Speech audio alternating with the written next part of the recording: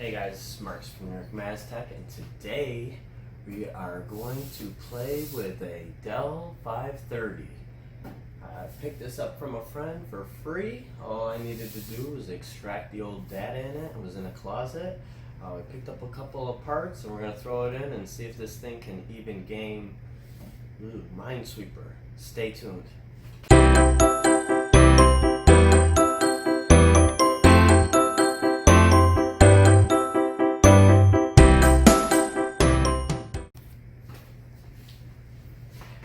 So in front of you is the Dell Inspiron 530.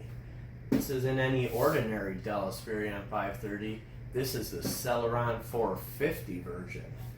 Now they made, I guess you would say, two different versions of this because the two different motherboards. This motherboard happens to be the G33MO2ORY007 version. What makes this special is that it can only go up to a Core 2 Duo processor, to where the other version of this with the other motherboard allows you up to a Core 2 Quad, which would make your gaming experience a heck of a lot better. So we went ahead and did some research, and we picked up from eBay for $850 the Intel Core 2 Duo E8500.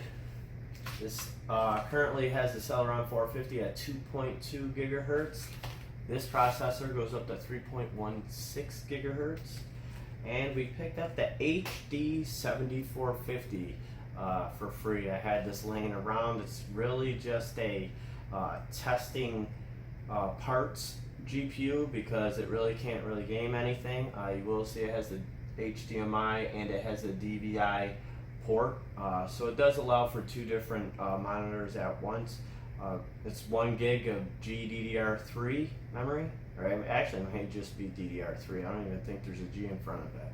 But for this low level of a build, I figured let's see what we can do with the parts we have.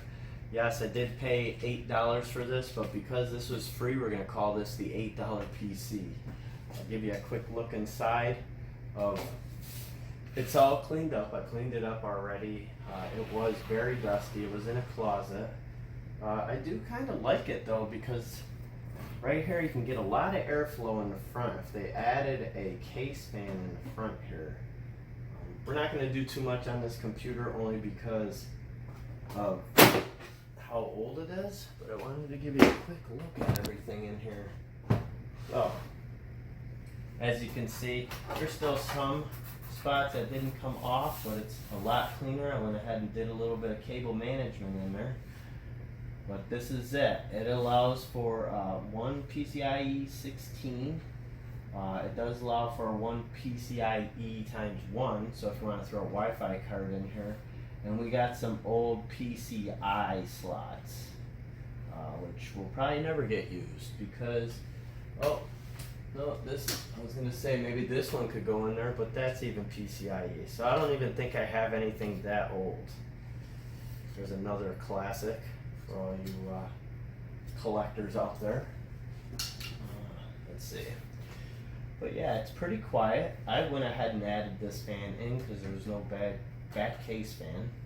Cleaned this fan up. I was going to replace it, but the heat sink itself, I couldn't put a different 80mm fan on there because of the screws, the way they go in. But there's definitely room to hook up a small 80mm fan in the front here. We do have 4 USB plugs, SATA plugs. Audio is hooked up. You can afford to put in up to 4 drives, and there is space for them, and you could even throw a solid state drive in to make this computer a lot faster.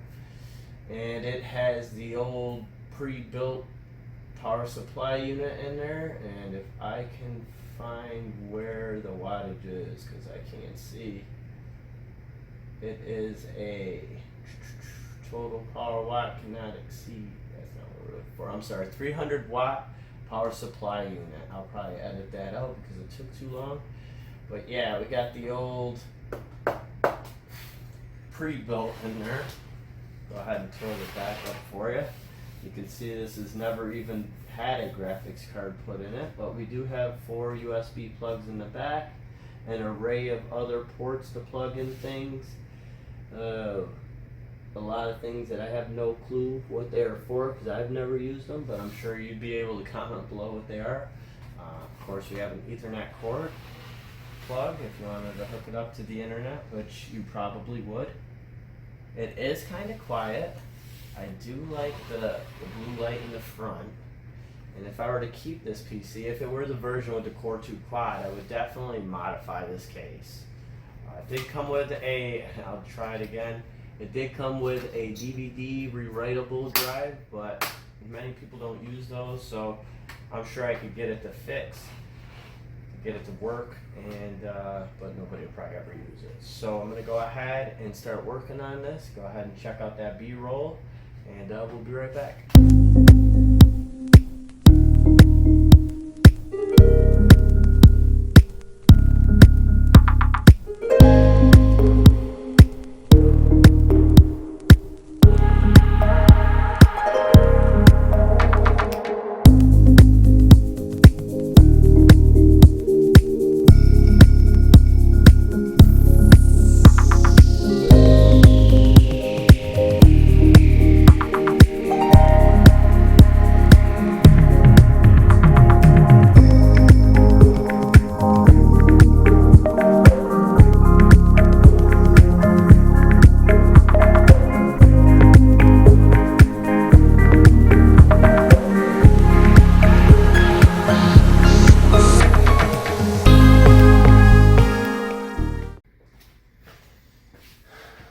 Alright, so it's the next day. As you can see, it took a long time to download the benchmarks. Resident Evil 2 wouldn't even play, wouldn't even load up. But if you're in the Quake 3, it'll definitely play at around 90 frames per second. All in all, this Core 2 Duo, I will admit, is pretty snappy, even with a hard drive, with the Windows 10 in it and only 2 gigs of RAM. But I would definitely recommend, if you're going to get a system like this and you got it for free like I did, to invest in a 750 Ti. Would probably be as high as you could go, maybe a 960, a GTX 960 or a GTX 750. But it would still run your games probably around 30 to 40 frames a second. So this would be a great office PC, or if you're just browsing the web, doing documents. Students would be good with this if you weren't going to be gaming or have video editing or doing anything really heavy on the machine. But it is impressive that after all this time, a machine like this will still run. So we went from 1 core to 2 cores, but definitely a lot of faster clock speed. And yeah, there it is, the $8 PC. If you like this video, go ahead and hit that like button. If you disliked it, hit that dislike. And if you want to see more videos like this, go ahead and hit that subscribe button. And feel free to comment any modifications you think this PC could have been made, whether it was graphics card or aesthetics or putting a solid state drive in to make it just a little bit faster for your workloads. Thanks for watching. Peace.